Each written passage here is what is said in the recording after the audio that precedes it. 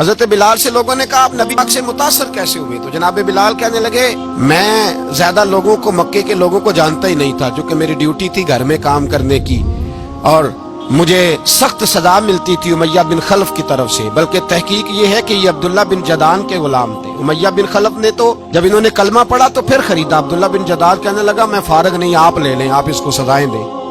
تو کہتے میں ان کے گھر میں ہوتا تھا، تو میں تو زیادہ لوگوں کو جانتا ہی نہیں تھا، کبھی مجھے موقع ہی نہیں ملا تھا باہر نکلنے کا، ہماری غلاموں کی کوئی زندگی نہیں ہوتی تھی۔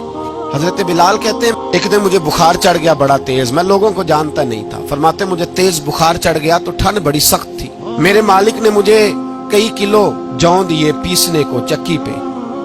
کہتے میں بیمار تھا تو میں نے کچھ دوائی لی جو اس وقت موجود ہوتی تھی، میں نے اوپر لحاف لیا، دودھ پیا تو مجھے نیند آ گئی۔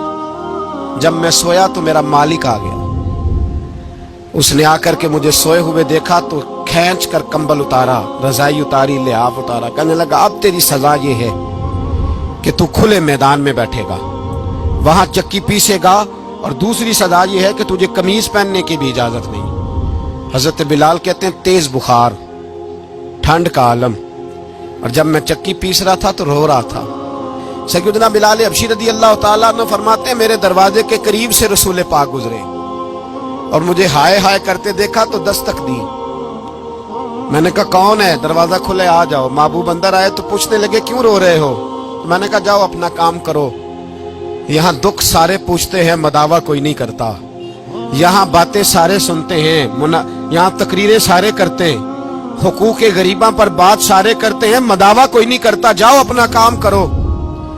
کہتے ہیں میں نے سخت جملے کہے معاذ اللہ، حضور چلے گئے، اور جب حضور جا رہے تھے تو میں کہہ رہا تھا بس جا رہے ہو نا، میں نے پہلے ہی کہا تھا جاؤ۔ کہتے ہیں قربان جاؤں، تھوڑی دیر گزری تو اللہ کے رسول کے ہاتھ میں گرم دودھ کا پیالہ تھا، کھجوریں تھی، حضور تشریف لائے اور کریم رسول نے مجھے کھجوریں دی، دودھ پلایا اور کہا چل جا کمبل میں بیٹھ جا۔ تو میں نے کہا چکی کون پیسے گا؟ وہ تو بڑا مارے گا۔ کہتے ہیں لوگو اس نبی کا میلاد اور معراج بھول نہ جانا، اس رسول پاک کی محبتوں میں کمی نہ آنے دینا، اس محبوب کا نعرہ ساری دنیا میں لگا دینا۔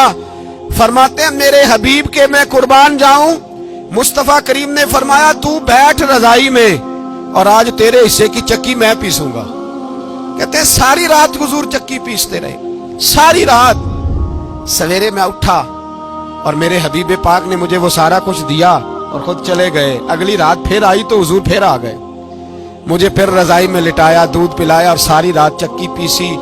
کہتے ہیں بس تیسرے دن حضور چکی پیس کے جانے لگے تو میں نے قدم تھام لیے، میں نے کہا بیبا دنیا ساری جھوٹ بولتی ہے، زمانہ سارا غلط کہتا ہے، جو غلاموں کے حصے کا کام کرے وہ اللہ کا سچا رسول ہوا کرتا ہے۔